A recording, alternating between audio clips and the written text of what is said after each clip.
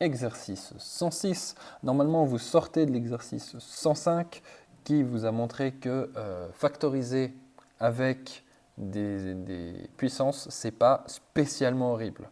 Ça demande un peu de doigté parce qu'il faut utiliser les propriétés de calcul des puissances, mais c'est presque plus simple qu'avec les chiffres parce qu'il n'y a pas besoin de voir que tel chiffre est le carré de tel chiffre, etc. C'est clairement, il y a telle puissance, on regarde telle puissance.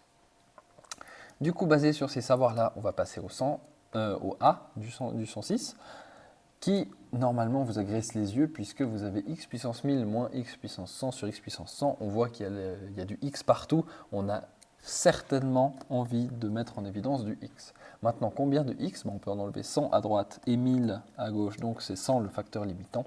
Et combien est-ce qu'il en reste quand j'en enlève 100 de x puissance 1000? Eh bien, c'est tout simplement 900 moins 1, puisque du coup le x puissance 100, il doit rester là, sur x puissance 100.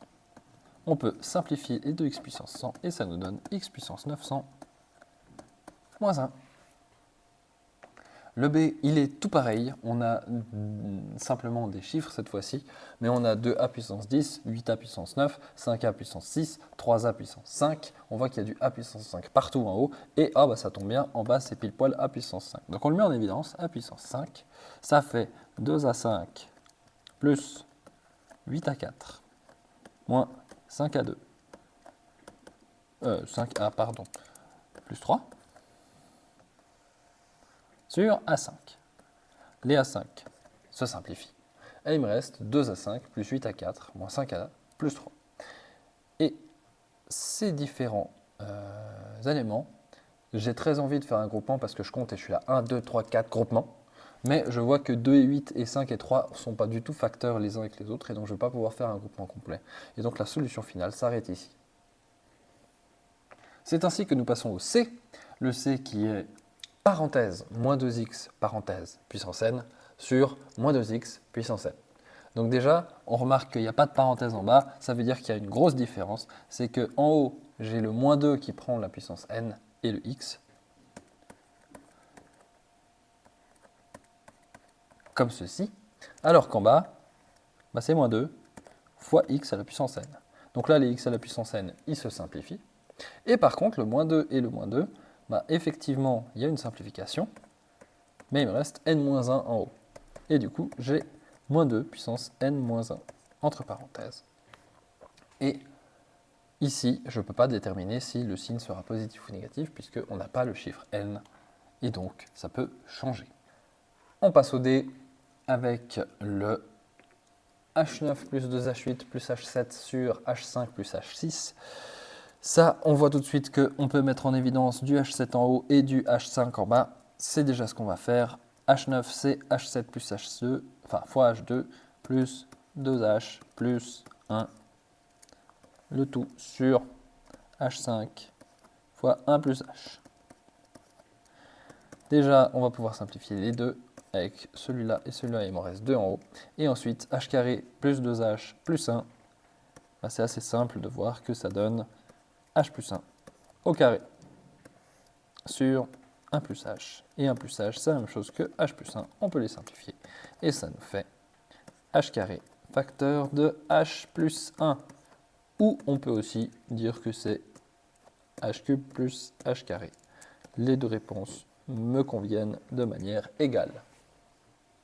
Avec le E, on arrive enfin à une difficulté, puisqu'on voit qu'on a du U6 moins V6 sur du U3 plus V3. On ne peut évidemment pas simplifier ça comme ça, puisqu'on a du moins et du plus en haut et en bas. Par contre, U6 moins V6, on remarque que c'est un carré de quelque chose moins un carré d'autre chose. C'est donc notre ami la troisième identité remarquable.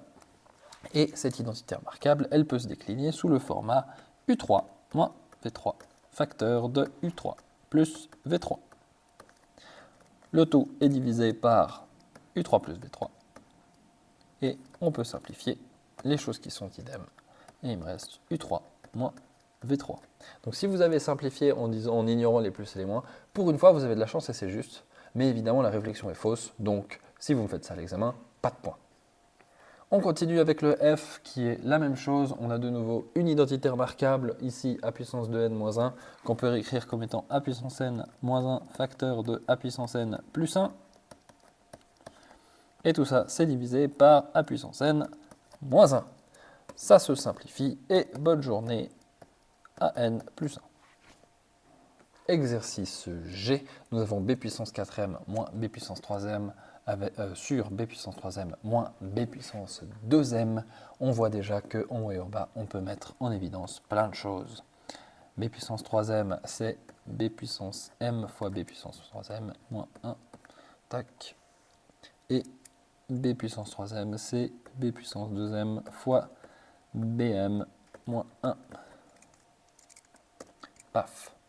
On voit que du coup on a bm moins 1 qui s'annule, on voit qu'on a b2m qui s'annule avec les 3, et du coup il me reste une bm. On arrive presque au bout avec le h qui se présente sous le format a puissance 2x moins b puissance 2y sur b puissance y moins b puissance ax. On voit qu'il y a un 2, il y a un 2, il y a un moins. Ah, c'est la troisième identité remarquable. A puissance x moins b puissance y, facteur de a puissance x plus b puissance y, ça donne b puissance y moins a puissance x. Voilà. Et maintenant, on voit que les deux, la première parenthèse et le dénominateur se ressemblent beaucoup. Il y a juste un problème de signe. Donc, on fait moins parenthèse by moins ax plus by sur by moins ax. Et là, pouf, pouf, ça se simplifie. Et il me reste moins ax plus by entre parenthèses, ou moins x moins by. Et finalement le i, on remarque immédiatement que en haut et en bas, on peut faire des factorisations mises en évidence. On commence par mettre ek en évidence en haut, ce qui me donne e puissance 2k moins 1. Et on peut mettre e puissance k moins 1 en bas, ce qui me laisse e puissance k moins 1. Ça, on peut simplifier déjà ces deux-là, et puis il me reste, oups là, j'ai fait n'importe quoi. On peut simplifier ces deux-là, et il me restera le e. Et après, en haut, on voit aussi que c'est une identité remarquable, ce qui fait e puissance k moins 1,